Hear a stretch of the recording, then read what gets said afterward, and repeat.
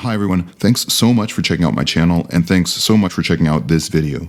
So very recently, Mr. Deity, who's a really great atheist YouTuber, responded to one of my videos. I've sincerely been watching Mr. Deity for a while now. He's got a brilliant channel, and I always learn a lot from his very sharp argumentation. I would sincerely encourage everyone watching this video to check out his channel, including the specific video that he made in response to me. It's linked in the description and also in the pinned comment.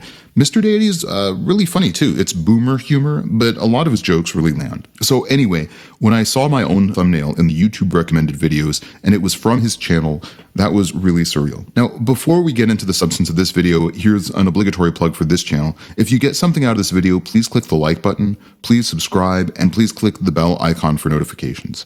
I'm a much smaller channel than Mr. Deity, so I'd really appreciate your support. And most importantly, comment and let me know what you think. I'd love to keep the conversation going, and I do respond to every comment. So I'll mention this again at the end of the video, but I do think that it's best practice to link to the video that you're referring to when you make a video response. Now, Mr. Deity didn't do that initially, but he has put up a link to my video in his description. But I would recommend that you actually check out the video that Mr. Deity is actually responding to. Here's why it's important to check out my original video. Mr. Deity responded to 1 out of 10 arguments that I make. I'll say it again for emphasis, 1 out of 10, and I think those other 9 deserve at least a brief summary because they are really at the heart of the case, and Mr. Deity didn't have any response to them. None whatsoever. Now, this is important because so far they haven't been addressed by any other atheist. Even James Fodor, who debated me on my CTF argument, didn't have any response to most of these points. And I was at least a little disappointed that Mr. Deity also didn't have any response at all. I've also debated some other great folks who haven't been able to respond to most of these arguments. I'd like you to at least consider that these arguments haven't been refuted because they have real power, not just as rhetorical points, but as historical, evidence-based considerations. Now, ask yourself 2 questions. First, if Mr. Deity could have easily, effectively nullified more than 1 out of the 10 arguments, wouldn't he have done so? His video was pretty long, but he only addressed 1 of my arguments. The next question. If I were responding to an atheist and I only addressed 10% of their arguments, 10% of their evidence, wouldn't you say that's at least an incomplete assessment? You can decide for yourselves, but please do check out my entire video. I'll link it in the description, and I'll recap some of those arguments here. But if it really were a weak set of arguments, then Mr. Deity or James Fodor or one of the other atheists would have been able to offer some refutation. The second argument in my 10 facts video is the unusually large number of early secondary sources around Jesus compared to the founders of other major world religions. In my original video, I count out roughly 14 surviving writings outside of the New Testament in the first 120 years after the death of Jesus. Hinduism, Buddhism, and Shintoism each produced only 2 to 4 early sources affirming their founders' miracles. Sikhism produced around 5, but this was 15 centuries later when literacy rates were dramatically higher. The early Christian literary record is at least historically unusual by any reasonable standard of comparison. The third argument is the early creedal evidence. The resurrection was attested in creedal form almost immediately after the death of Jesus. The creed embedded in 1 Corinthians 15 is dated by most scholars across the ideological spectrum to within 1 to 3 years of the crucifixion, with many placing it within the first year. This is not a legend that developed slowly. It's a community belief that crystallized almost immediately after the events. Now, this isn't in my initial video, but Larry Hurtado also argues that the Aramaic phrase Maranatha is actually a divine invocation that was extremely early after the resurrection, particularly since it shows up in the original Aramaic. It shows up for the first time in 1 Corinthians 16:22, and it shows that divine worship of Jesus was present in Judea at least within the first few years after the death of Jesus. The fourth argument is the qualitative character of the early testimony. Early Christian writings are unusual in that they explicitly appeal to living witnesses by name, they invite verification, and they ground their claims in publicly checkable historical events. Justin Martyr appeals to the Acts of Pontius Pilate as a verifiable external document. Paul tells his readers that most of the 500 resurrection witnesses are still alive, implying that they can go and check. And there are other sources of openness to verification. And this openness is very rare in the early literature of any religious tradition. The fifth argument is the cross-religious sanctification of Jesus. The 14th Dalai Lama has described Jesus as a bodhisattva. Swami Vivekananda considered Jesus to be an avatar. The founder of the Baha'i faith called Jesus a manifestation of God. There are even Orthodox Jewish scholars who have written about the resurrection in affirming conflicting terms. And this degree of veneration across independent religious traditions is, as far as I can tell, unique to Jesus among all historical religious figures. The sixth argument is the hostile source attestations, and I think this is one of the strongest in the whole case. The Jewish Talmud does not deny that Jesus performed acts that were at least magical, if not miraculous. Now, it attributes them to sorcery, and so does pagan philosopher Celsus, but no early critic denies Jesus' deeds. Even Josephus calls them startling. Ehrman, Crossan, and Vermes all acknowledge that Jesus was widely regarded in antiquity as a healer and an exorcist. When your enemies are confirming the core of your narrative, that's historically significant. Now, that's not true of other figures. For example, Alexander of Abonoticus was a figure from antiquity who was also reported to perform magic, but he was widely known to have been debunked.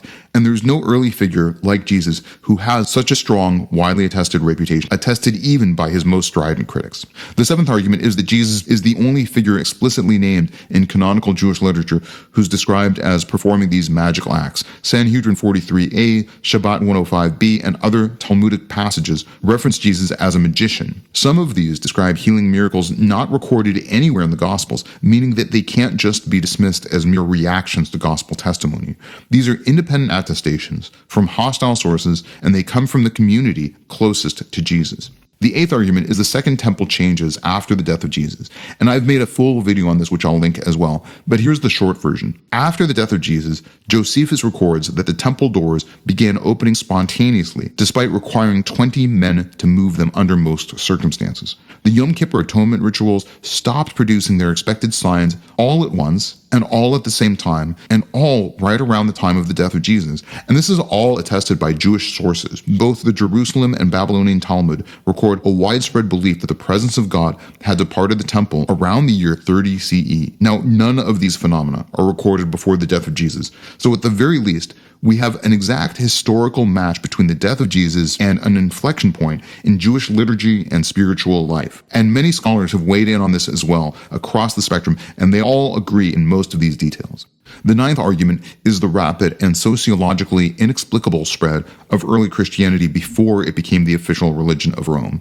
Rodney Stark's sociological work describes the growth as astonishing by any historical standard. Critics point to the common language of the Roman Empire or Roman road infrastructure as explanatory factors, but these same factors were available to mystery cults, to Judaism, and to Mithraism, and none of these religions grew comparably. John Dominic Crossan, who's certainly no friend of Christian apologetics, acknowledges that the movement should have been decimated by the death of its founder, and instead, it experienced one of the biggest periods of growth in any grassroots movement in history. And the bonus argument: Jesus is the only figure in history where we have initial enemies who later died as martyrs and as formative religious figures. James the Just was skeptical of Jesus during his lifetime, and Paul actively persecuted the early church, but both ended up dying for the belief that Jesus had risen from the dead. There's no comparable example in any other religious tradition. Now, none of these arguments are at all addressed by Mr. Deity's video. Even if you grant him every single point that he makes, you're still left with all of this standing completely unaddressed. The cumulative case is absolutely intact. One last thing, the video that Mr. Deity responded to is an earlier version of my argument. The more fully developed version is my comparative theological framework, linked in the description, so please check that out for the full picture as well. Now, Mr. Deity spends most of the time in his video arguing that Jesus is morally flawed because he was omniscient. As Mr. Deity says again and again, Jesus was supposedly omniscient and therefore would have known about every coming atrocity and calamity in human history, past and future, and should have therefore warned us, but he didn't. That's the biggest argument that Mr. Deity levies. Now, let's start with this. Even if you steelman this argument, it still has nothing to do with Jesus. You could make the same argument if you believe this analysis against any omniscient deity. So pretty much every religion. Even Mr. Deity acknowledges that this sets the bar infinitely high. So this is a rhetorically persuasive argument, but from a theological perspective, it's not falsifiable. I don't personally agree with the assumption that an omniscient entity has the moral obligation to tell us about every calamity, every disaster, every moral challenge. We would have to require that God would warn us about every loss of life, every car crash, nearly every potential harm. Mr. Deity is requiring that theology would bring with it a world with nearly no harm ever. That's a claim that really stretches credulity.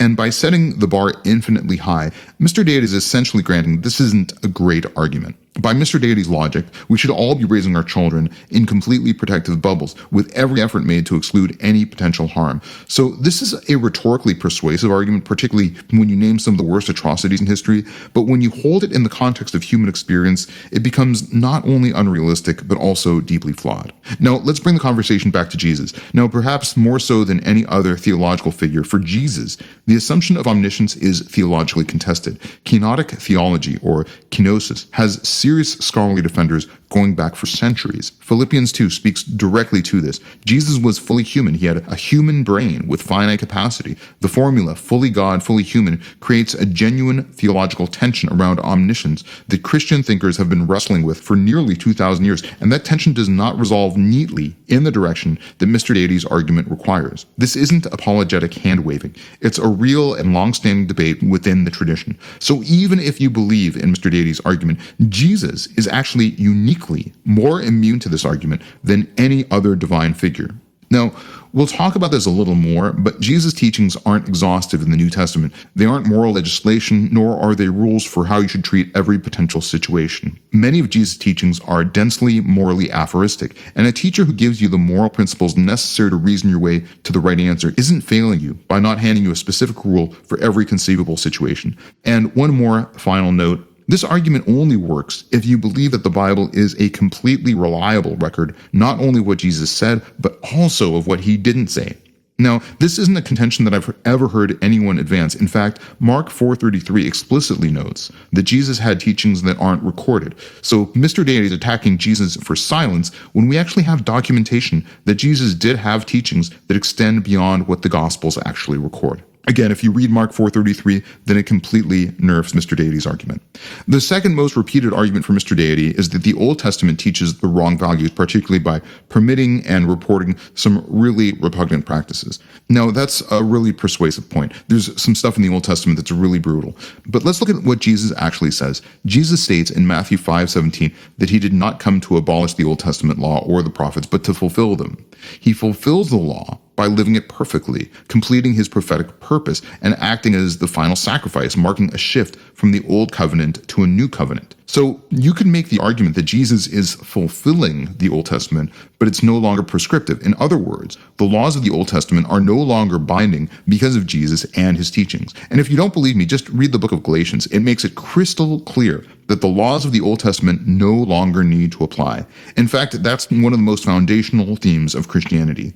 And once you recognize that, it really nerves most of Mr. Deity's arguments. And one last point, there is at least an uneven evidentiary standard here. Mr. Deity is indicting Jesus based on the words Jesus spoke or didn't speak in the New Testament. That only works if the New Testament is a perfect record not only of what Jesus said, but also of what he didn't say. Now, it's probably obvious that Mr. Deity wouldn't agree that Jesus predicted his own death or the destruction of the temple. So there's a problem here. If you indict Jesus because you agree that the biblical record is correct, then you have to explain why you've made your decision that some lines of scripture are veridical while others aren't. I'll happily take on anyone who wants to debate me, starting from the standpoint that the Bible is an accurate reflection of the words of Jesus.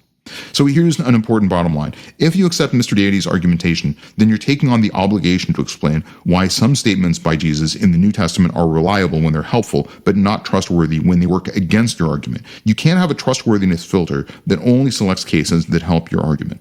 Now, we've talked about the Old Testament a little, but let's zoom in on the issue of slavery a little more closely. Now, first of all, slavery is obviously wrong, but historically, it's important to note that the institution described in the Old Testament for the Israelites was substantially different from colonial chattel slavery. It was much closer to indentured servitude with specific legal protections and time limits. That doesn't make it morally ideal, but conflating the two without distinction is not going to be historically accurate. And here's the most important point. If Christianity loses moral points for the way that slavery has been enabled by some Christians, that calculation has to account for the other side of the ledger too. The abolitionist movement in the West was substantially, overwhelmingly a Christian movement, especially at its inception. William Wilberforce spent decades dismantling the British slave trade as an explicitly Christian mission. Frederick Douglass drew directly from the teachings of Jesus in his abolitionist writing. Harriet Tubman understood her work on the Underground Railroad in deeply theological terms. And the Quakers were among the earliest and most consistent opponents of slavery anywhere in the Western world, and they were motivated directly by Christian conviction. The same framework being blamed for enabling slavery was simultaneously producing its most passionate and historically consequential opponents. That's a central part of the story that Mr. Deity never deals with. Now, I do really want to steelman Mr. Deity's best argument, I think, which is the comparison to Jainism, and I think it's his strongest point in the video. And I'm actually a real admirer of Jainism. Mahavira's teachings on nonviolence are radical, internally consistent, and also very admirable. If the argument is purely about the originality or moral uniqueness of Jesus as a teacher, the Jainism comparison is a real challenge. But the Jainism comparison runs into a problem that I find genuinely important, which is scale. Jainism has never functioned on a societal level, and I don't think that's accidental. Its radical central ethos makes agriculture essentially impossible, since plowing kills insects and microorganisms in the soil. Numerous professions are off limits for similar reasons. The highest Jainist spiritual ideal requires a degree of asceticism that most ordinary people could never actualize while also raising families, farming lands, or running a society. It's a beautiful framework for personal spiritual discipline, but it can't scale up to a civilization. You also can't accumulate wealth. Jain monks have to live in a way that's very austere, and they can't even own clothing. So some Jain monks have to live completely naked. Now, here's the important point, and why I think Jainism actually complements the theology of Christianity. Jainism says don't do any harm at all. But when we look at populations of humanity, it's nearly impossible to actualize this. I think that you could live very close to a sinless life essentially by fully embracing the values of Jainism, but it would take a lifetime of concerted effort with diligent daily efforts to never do so much as harm an insect. And this is an admirable quest. I'm a vegetarian personally, but I walk with shoes, and that alone would disqualify me from living in accordance with Jainism. This is why the teachings of Jesus are so important. The Sermon on the Mount says that we are all sinners. The standard for a moral life is extraordinarily high in this formulation, just like in Jainism. So if you can live your life without ever committing any harm, although I don't know that it's even theoretically possible. But Jesus says that we're all sinners, and it's more about acknowledging our transgressions rather than living in accordance with an unrealistic standard.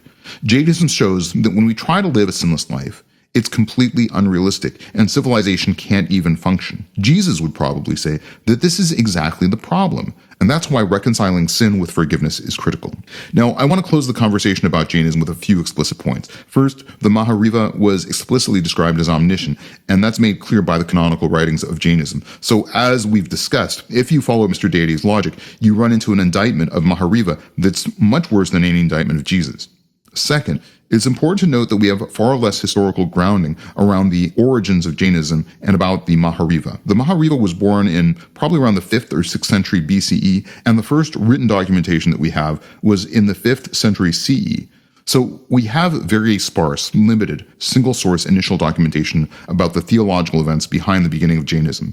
Again, there's much more of a comparative theological analysis in my CTF video, which I'll be sure to link. Now, some of the other important points that I make in the video are that there are reasons why some of the best minds in history, including many atheists, have expressed sincere admiration for the teachings of Jesus. Mr. Deity does seem to grant this point, and I made a whole video about what the greatest minds in history have said about the teachings of Jesus.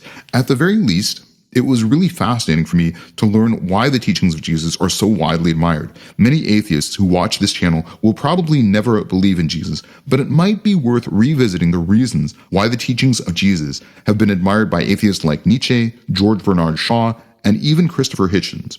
Now, in closing, 9 of the 10 arguments in my original video remain unaddressed. Not just by Mr. Deity, but by most critics who have engaged with my work. I'm not saying these arguments are unanswerable. I'm saying that they've not been answered so far. And in the context of a cumulative case, that really matters enormously. The CTF framework is not asking you to accept any single argument as decisive. It's asking you to look at the weight of the evidence taken together. Mr. Deity, I hope you're watching, and I genuinely love to have a real-time conversation about any of this. This challenge is a challenge that I've made to other atheists, and it remains completely open to you as well. One final note on video etiquette, and I raise this point in good faith. When you make a response video to someone's content, it's good practice to link the original video so your audience can evaluate the arguments for themselves. Mr. Deity did add the link after I mentioned it in the comments, and I'm genuinely grateful for that. I'm modeling the same here. His video is linked in the description and in a pinned comment below, and I genuinely recommend that you watch it. Thanks so much for watching this video. The CTF argument also is in the description of this video as well. Now, these are really complex issues, and I've told you what I think, but I'm really interested in knowing what you all think. Do you think that Mr. Deity should have done more to answer the rest of my arguments? I'm really curious to know your answer to that question. If you got something out of this video, please click the like button, please subscribe to the channel, please click the bell icon for notifications, and get at me in the comment section, and I'll try to respond to every comment. And even though I'm asking a lot of you, I'll ask just one more thing, which is that I'd love for all of you to have a really wonderful day.